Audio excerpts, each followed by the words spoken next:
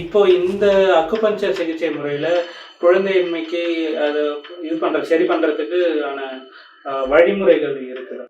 கண்டிப்பா இருக்கு. நான் மெயினா நான் வந்து ஹேண்டில் பண்றதே குழந்தையின்மை குறித்தும், அதுக்கப்புறம் நம்ம சுகப்பிரசவங்கள் குறித்த விழிப்புணர்வு இத தான் நாங்க நெறையவே செஞ்சுட்டு இருக்கோம். குழந்தையின்மைன்றது ரொம்ப பெரிய பிரச்சனைலாம் கிடையாது. அது வந்து இத்தன நாள் நம்ம நம்ம முதல்ல சொன்னோம் பாருங்க, அந்த மாரி வாழ்வியல் மாற்றங்கள்னால ஏற்பட்ட ஒரு உடம்பு வந்து கொஞ்சம் கொஞ்சம் மாறிடுச்சு. அத திருப்பியும் கொஞ்சம் நம்ம நீடெல்லாம் போட்டு கொஞ்சம் பட்டி டிங்கரிங் பார்த்துட்டோம்னு வச்சுக்கோங்களேன், சரி பண்ணிடலாம். ரொம்பவே எளிமையான ஒரு விஷயம். குழந்தையின்மைய சரி பண்றதுன்றது. ஆ ஆனா அத வந்து ரொம்பவே இன்க்ரீஸ் பண்றாங்க. அதாவது குழந்தையே வேணாம் அப்படின்னு விரக்திக்கு போற அளவுக்கு நான் நெறைய கப்பிள்ஸ பார்த்துட்டேன். அழுதுட்டு, "ஐயோ! எனக்கு அவ்ளோ ரணமா இருக்குதுங்க" அப்படின்னு வெளிய பார்த்துட்டு வந்து சொல்றாங்க. கடைசியா வந்தோம் ஹோப்ல நீங்க வருவாங்க. பார்த்தா சிகிச்சை எடுத்திருப்பாங்க. ஒரு 3லேருந்து 6 மாசம் கூட சிகிச்சை எடுத்திருக்க மாட்டாங்க. அதுக்குள்ள குழந்தை நின்றும். நல்லபடியா தகவமைச்சு வந்துரும். அழகா சூப்பரா குழந்தை பெத்தவங்க நெறைய பேர். ஒருத்தர் 2 பேர்லாம் கிடையாது. நெறைய பேர் இருக்காங்க. கண்டிப்பாவே சரி பண்ணலாம். அ நம் இதுல வந்து ரொம்ப டெக்னிக்கலான கண்ட்ரோலுமே நாங்க சொல்றது கிடையாது.